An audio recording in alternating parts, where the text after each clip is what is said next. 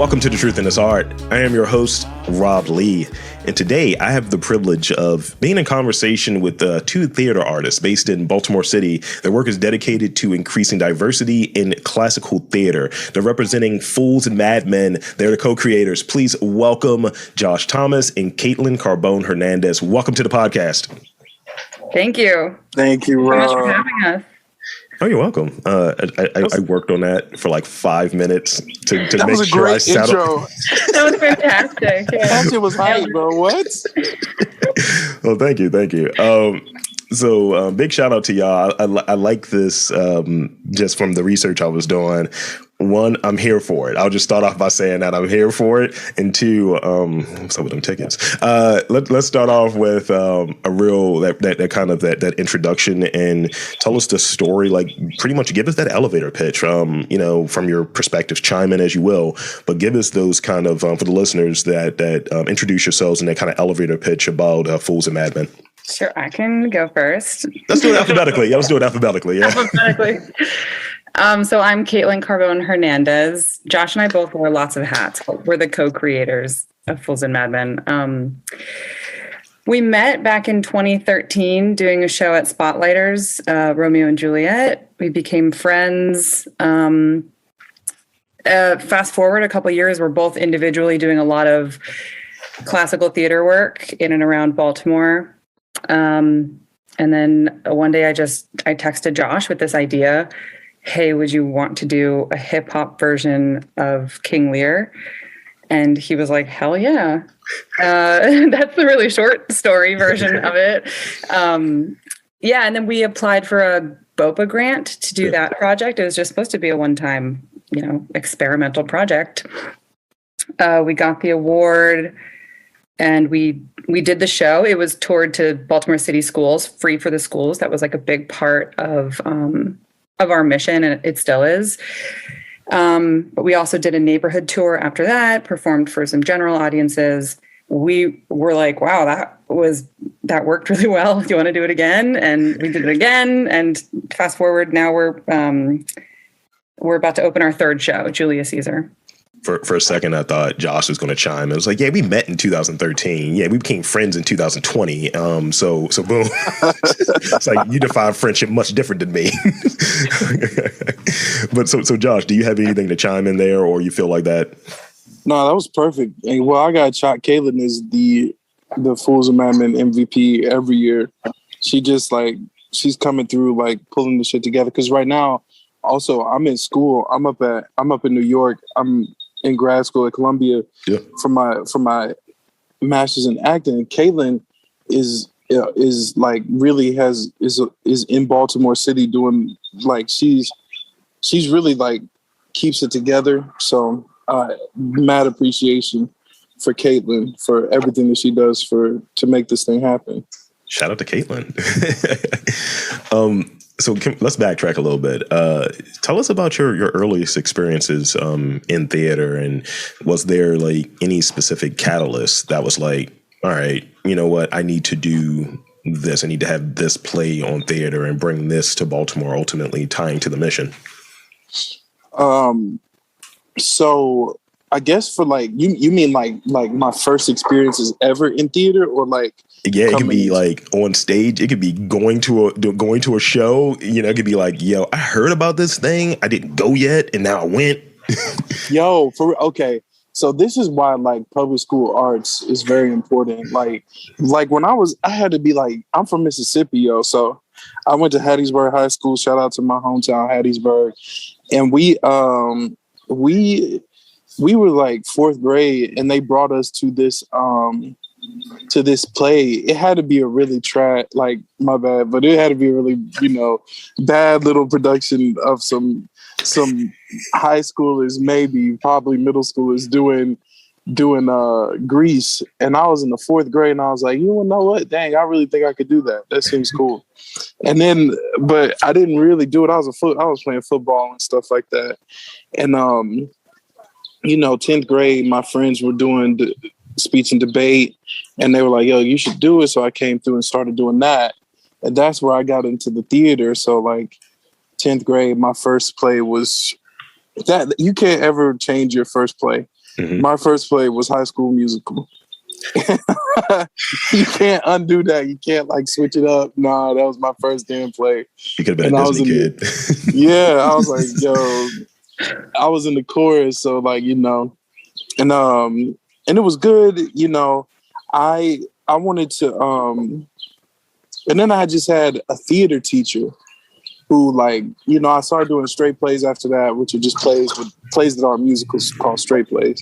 And I just, like, you know, I had a teacher who just told me, like, yo, you could really do this, like, as a profession. And I mean, I was kind of, you know, in some ways I was pretty aimless as a kid. You know, I didn't know what I was trying to do, you know, all that. So she just gave me that, and I was like, you know, bet. All right, I'm doing it. And so I went to, you know, undergrad for it. Now I'm in grad school for it. And I did public school orchestra starting in the 5th grade. I played cello through senior year of high school. Then I picked up electric bass, and I picked up keyboard with Scott Johnson, my jazz band teacher who plays with Marsalis now. Like, he's crazy. He lives in New Orleans. He's dope. Like, he played on the Ma Rainey soundtrack and stuff. He's crazy. And he it's wild. So man, I learned music that way, and you know, and that's how I was able to kind of mix the two and to write the music for Fools and Madmen. But you know, shout out to public school arts, man. That shit is very important, and it's underfunded, especially nowadays. Absolutely. Yeah, I would agree. For me, I feel like I was always kind of doing it for fun around the house with my siblings, like my brother and I would just like film scenes and sketches and cooking shows, and we would like do improv for an audience of no one. Nice. It just generally being obnoxious, I'm sure. But yeah, I feel like that I was really interested in it because it was just like the way that I played as a kid, but definitely didn't have anybody in my life that was involved in theater. But yeah, public school drama class for sure. And then I really feel like Shakespeare was my entry point into really loving theater performance as an art form. I actually went to like a camp once, and I had a really great director and teacher. And yeah, I just like lit my brain up. I think at the time too, I was really into poetry and writing. I kind of wanted to be a writer or an actor. And so Shakespeare filled both of those things, and just the idea that like it is poetry. So it gives you so much to play with and pull from. And for me, I love the structure of it. You learn the rules, you can break the rules. You know, to me, it was like a jungle gym that I could play in with language, kind of a thing. So yeah, I really did continue like centering Shakespeare as in my study of theater and work in theater after that. Thank you. Yeah, it's great. It's great to hear that. Thank you for sharing that. So now we're about to peel the onion back a little bit and hear about my weirdness. But it connects. It connects. It makes sense. So I once did a song a la DJ Clue in the character of Macbeth. It was called Murder Mac, and I was trying my damnedest to impress a girl in like an advanced writing class. And there may have been a Beowulf diss track later. I don't know. I don't remember. It's lost in the ether. And I could see how like, you know, Shakespeare could be hip hop, and I was just kind of seeing those connections like earlier, what have you. Could you like share the thinking in like taking something that is classic, like you think of theater, you think of Shakespeare specifically, you're like, no, that's not contemporary, right? So what was the thinking that having something that isn't considered contemporary and applying it to something that's more contemporary, like hip hop? And there's a part B, but I'll let you start off with that part. Go ahead, Josh. Yeah. Oh, well, when we was back in 2013, we were like, you know, let's do something with hip hop and Shakespeare. And we didn't know what it was gonna be. And then, you know, a few years later, she was like, yo, let's do something with hip hop and Lear. And I was like, bet. And I think like Michaela and I had talked a lot about, you know, the convergence of the two, like the poetry in both of them, and like the way that they both like the way they could intertwine, the way they use similar tools, like I'm not even like a English nerd, but in school we do use these tools. Like the tools that we learn in school is the same things that they use in Shakespeare, and then that Shakespeare uses, and also in hip hop, which is like alliteration, consonants, repetition, those types of things. Like it's the same things that people use, and so like we knew that there was an inherent link in the use of language, and so coming through, like it was like, okay, how do we? Because we always wanted to honor the original text as well as the hip hop. So we never wanted to take the original text out. We always wanted to honor that. So we wanted them to live side by side. And so so when writing it, it was like, okay, we sat down and just was like, all right, I guess this is how I see it. Like it took me a minute to write the first song, which I never even used. The first song that I wrote of it, it ended up being trash. But like, I was like, okay, that's how we start. That's how we start this thing. And I went back with Caitlin and was like, okay, I'm thinking we would take parts of the text and I would translate it into hip hop songs. Just take parts of the text and be like, okay, if this was a hip hop song, what would that look like? With dialogue between the two people, how would they say this in a way that's hip hop? And so I went through and did that and put the music to it. And that's kind of how we got it. Like, and I would say it's probably like 65% original text, 35% hip hop songs. Oh, yeah. Yeah, we're definitely not the first people to connect Shakespeare and hip hop. I think it's been used as a classroom tool for a while. And we were aware of that. And yeah, like Josh was saying, we were developing like workshop curriculums as tools to use in the classroom to teach students how to engage with Shakespeare and make it modern. But we were really interested in the idea of like, could this be a performance though? Can we translate this into an actual production? And yeah, I mean, the original idea, I didn't have a clear picture of what it was going to like look or flow like. Josh really came up with the format of the shows that we still use today in our writing process. For a second there, I was looking this up because I couldn't help it. I was thinking of that Joseph DeCroix meme. The meme where it's this like classic like portrait painting, and the guy's like doing this point, and they have they have it in like current like lexicon. It's really funny to me. So it's this French dude, and it's like, oh, okay, I can see that. I can see that. Yeah. Oh yeah. Yeah, definitely. Yeah.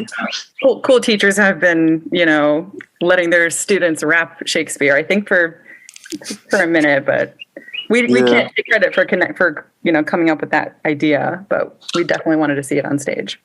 And when we do it, like Caitlin cuts the script and I do the songs.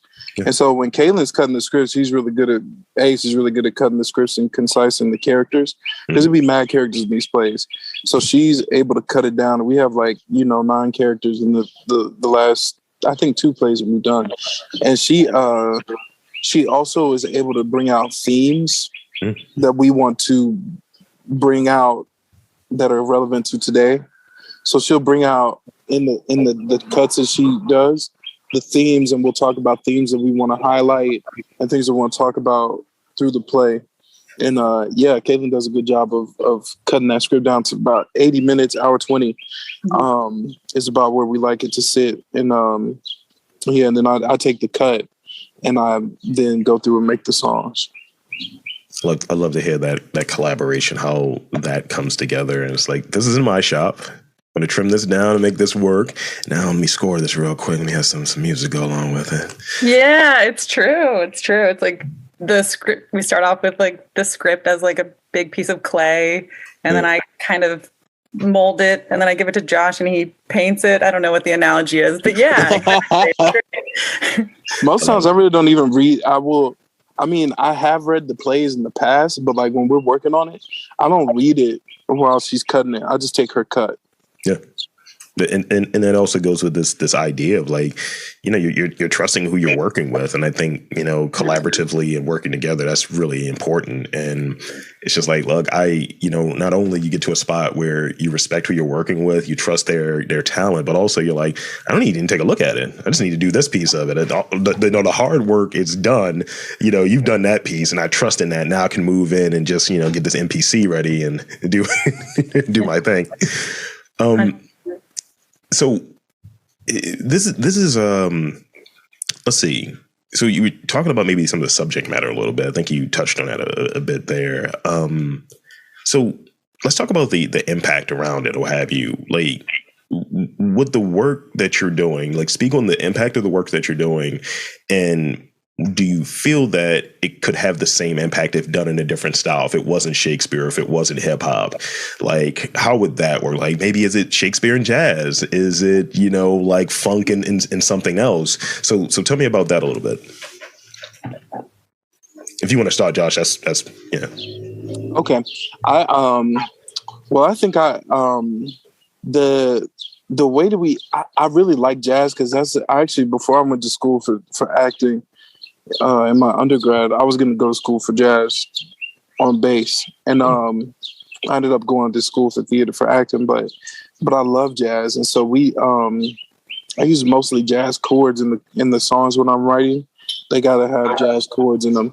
So and eventually, I would like for us to have a trumpet to play riffs on top of stuff too. But hip hop has always been very jazz. Jazz the bass of it comes from jazz anyway. Yeah. A lot of beats is very jazz inspired.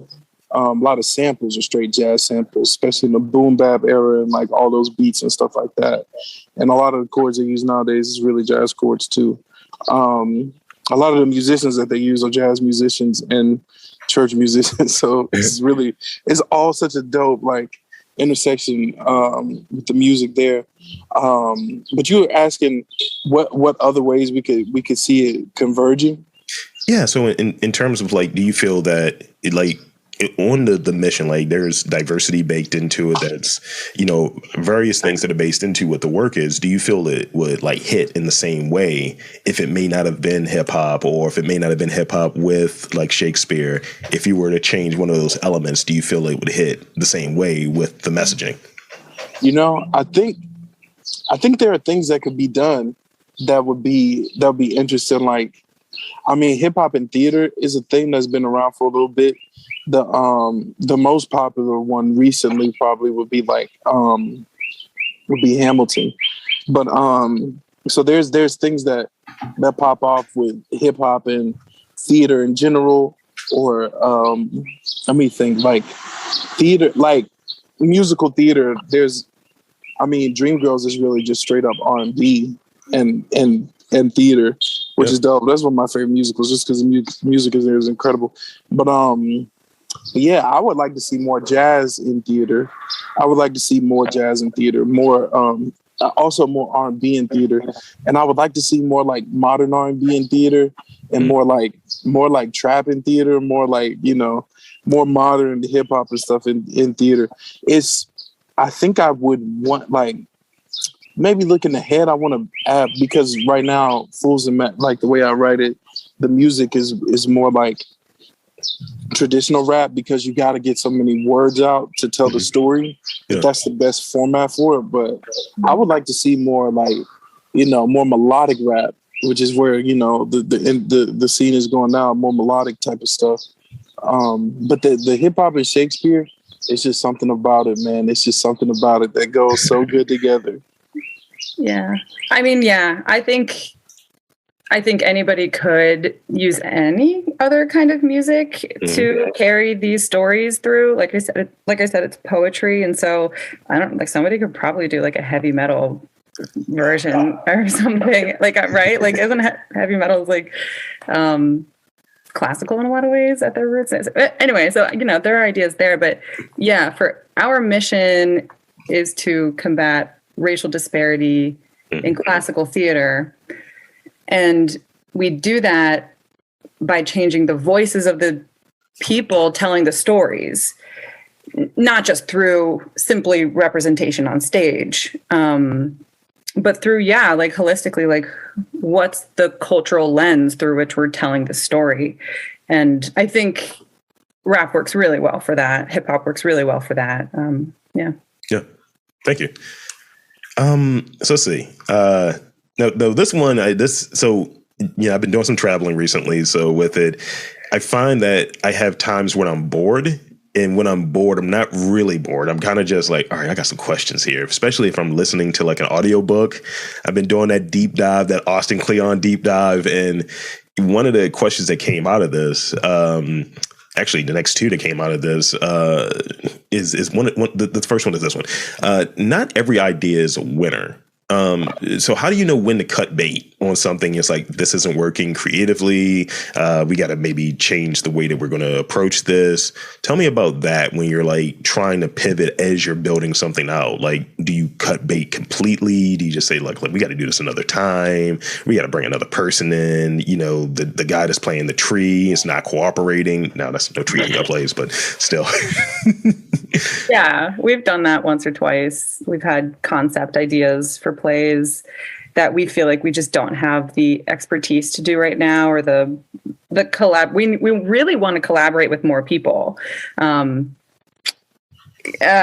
Yes, and we've dropped a couple of ideas, and also like the plays that we write, we are new things. And so during the rehearsal process, we are constantly changing the script. Like, shout out to our actors. They're amazing. We're constantly like realizing that something doesn't make sense. We need to change something. We need to cut more stuff, add stuff. Josh is like writing new poems for the show. Like today, like last week, we open release, like it's a new thing. And so it really is a living, breathing thing. We're working through it as we're rehearsing it. It's great. Yeah. Like, I mean, the first song I ever wrote for Lear was a no. I didn't know that, Josh. Yeah. You still have it? I don't know, Caitlin. I don't even know if I recorded. Like, I don't even know if I ever showed Caitlin that. But it was like, that's the song that I spent the most time out of any song that I've ever written for this stuff. And that's the one that was like, nah, that ain't, it's not going. Yeah. So yeah, we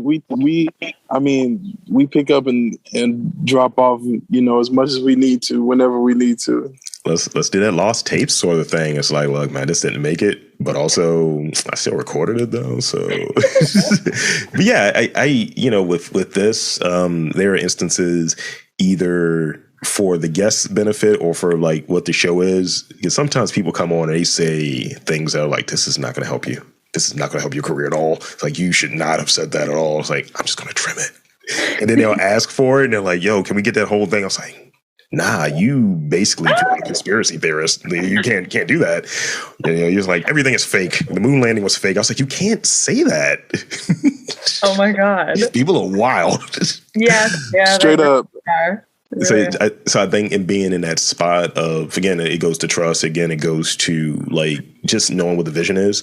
And, it seems like the two of you, from what I've heard so far, not even it seems, it's clear that the two of you, have a strong vision of what you're aiming for while being able to recognize it's a living, breathing thing. And I think that's the sweet spot of like, you're always tweaking. Like in doing this, sometimes I tell people like, look, only listen to anything from the last 25. Don't go back to like 19. You don't listen to those. I was like, questions weren't great. But yeah, always trying to progress and say, okay, what am I at? Where am I at in 2022 versus in 2019? As a interviewer, where am I at? And starting this in 2009, this podcast journey overall, where am I at from there now to here? And how does that work? What does that look like? And so, yeah, I think that's a big thing, to always be editing, always be looking at, where do I want this to go? And how does this interest me? Why does this interest me? Definitely. And then anchoring yourself in, like you said, the vision that you have, so that you're not afraid to cut stuff or to cut and run or Yeah. Crumple up a piece of paper. Yeah. Yeah, almost like, getting to the spot where I joke about this often, that I want to have big scarf, tiny glasses, and just start commenting on things. I know what's good. It's like, all right, calm down, less of you, art lord. So I got two more questions before I get to those rapid fire ones. This is another Austin Kleon influence question. So I've heard several artists of various disciplines describe copying or stealing, or AKA being influenced. Who do you steal from? Like, in terms of, whether it's theater, whether it's music, in writing, what have you, who do you steal from? And like, I guess, what do you steal? How do you know what to steal in that regard? And people get caught on the word steal, I know, and I say it. No, I think that's absolutely a thing that people do, and I think it's fine. Yeah, I mean, a style wouldn't be a style if it wasn't influenced by, everybody gets their style from some influences. So like, I mean, I listen to a lot of for me, like, for this specific thing, I mean, I listen to a lot of Kanye stuff, old stuff and new stuff. He's problematic as hell. So yes. Let's not get that twisted. I can't stand his politics. But like his sound has been, this is even before he started getting wild on his hot takes and stuff. But like his sound has been wild. Like I remember when I was in 9th grade and College Dropout came out, I was like, yo, I got that mug on bootleg. And I knew I could for $7 from the homie, and I knew I couldn't get the custom one. He was like, yo, I got the edited and unedited. I was like, yo, my mom gonna kill me if I get that unedited joint, so let me get the edit. but it was great. I listened to a lot of that through my life. I mean, a lot of Kendrick, of course, Drake's sound is people rag on Drake, but Drake is like, he probably like, him and Beyonce own streaming, so like, I mean, his sound is gonna be pervasive through everything. And as far as like what fits the sound, what rap styles fit what we need to get the story out in words, those for sure. I mean, Joey Bad, I listen to a lot of Joey Badass. I like, Joey Bad is dope, especially his older stuff. A lot of, I mean, it's hard to even go through, like, Jay-Z, of course, like, all of the time, like, it's hard to go through just a list. It would just be my list. Like, it would just be my hip hop list. But specifically for this, I think, probably because of the way that they rap is what is in my mind is the best way to get this story out in the most interesting way and the most efficient way. Mm-hmm. Probably those. I mean, I'm looking at like now too, like Lil Baby, Lil Durk. Like I'm looking at like, Uzi, like just for like the more melodic sounds that I'm interested in the future, because they get a lot of text in with the melody too, but especially Lil Baby, but yeah, Lil Baby, not to be confused with the Baby, who I don't fuck with. But yeah, that's where I'm at, I think, right now. Thank you. So like conceptually, I think the Hip Hop Shakespeare Company in England is doing this work. Mm-hmm. And we had heard about them early on. I think that's part of what went into the concept idea for doing this work in the first place. So I definitely feel like we stole from them. I've never seen their work. I don't actually know like how their shows work, but just the fact that it seemed like they were doing Shakespeare through hip hop as performance and not just a tool in the classroom. I think we were like, oh, okay, it can be done. Let's do that.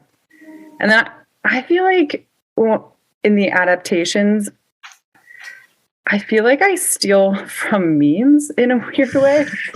I feel, because like Josh said, I always want to be like pulling something out of the script that's already there, but just pulling it out and highlighting it. Mm-hmm. But something that really resonates with like what we're all going through right now. Because You know what I mean? Like when a song comes out and you're like, it's like right on time. It's like right exactly what you and all your friends needed to hear in that moment. And you're like, how did this artist know? Like, that's my favorite kind of content, where like when artists just like really tap into these like cultural things that we're all kind of going through and put that in their work. That like lights my brain up. And so sometimes it's politics, sometimes it's social movement stuff.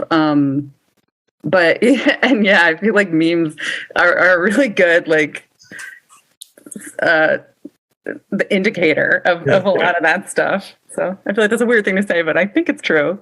Yeah, I think it definitely it's kind of where we're at. I mean, if you're of a certain age, it definitely has some overlap. If you're a certain age, it's like if you're not tapped into what's popping in meme land, you are behind.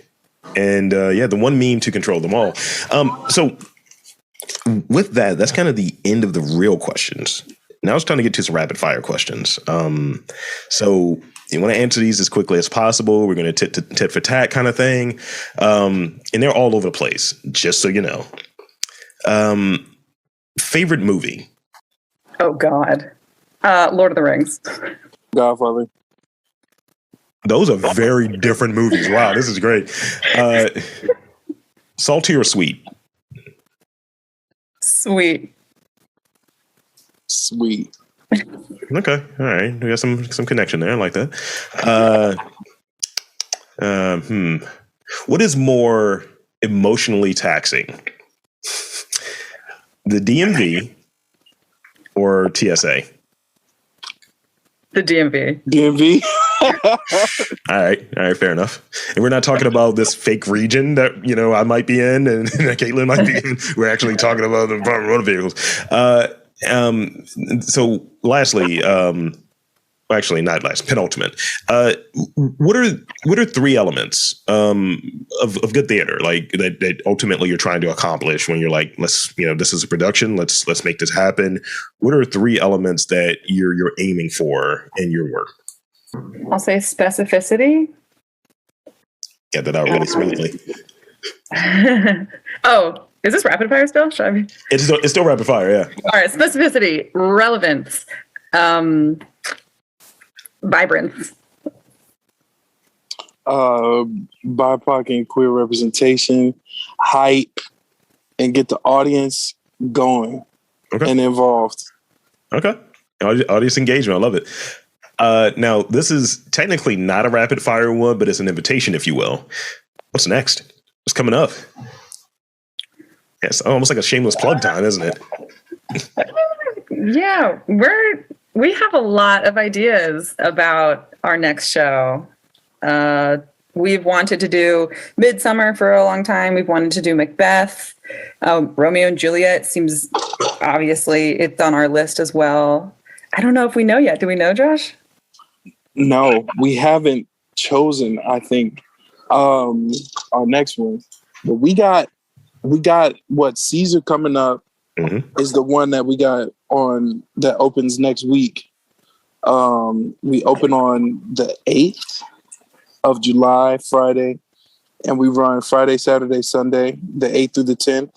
And then we run that next weekend, Friday, Saturday, Sunday, the 15th through the 17th. And you can find those dates on our Facebook page and Instagram page with Fools and Madmen. So anybody who wants to come through, we try to do affordable tickets, y'all. We got $15 tickets and $10 artist tickets. So y'all come through and see what it's about. Like, we're going to get y'all hype. We're going to have a good time. We're going to tell the story of Julius Caesar and all of the people who came through with Julius Caesar. It's going to be a good time. And we're going to keep trying to come with fire every time we come. I love to hear it. It is an amazing show, honestly. It's really good. Mary Andrea Travis is the director, and she's done an amazing job. And the actors are all incredible. The musicians are incredible. It's great. Yeah, love to hear it. So I think that's where we'll stop at right there. So now we can actually kind of backdoor into the second part of shameless plugs or what have you. So Yeah. So one, I want to thank you both for coming on to this podcast. And two, I want to invite and encourage you to tell fine folks again, website, social media, and again, plug Julius Caesar yet again. Where it's going to be at, things like that. So people can put it on their calendars, get ready to pull up. Yeah, pull through the Motor House on our days. The Motor House on North Ave. Y'all know where it's at. Y'all know what it is. Y'all know what time it is every time we come through. Fools and Madmen, you know what time it is, baby. I love that. And any social media, website, or anything y'all want to shout out? Yeah, we're on Instagram at Fools_and_Madmen. In Facebook, Fools and Madmen. And then our website is foolsandmadmen.org. So there you have it, folks. I want to again thank Caitlin and Josh from Fools and Madmen for coming on to the podcast. And I'm Rob Lee saying that there is art in and around Baltimore. You just got to look for it.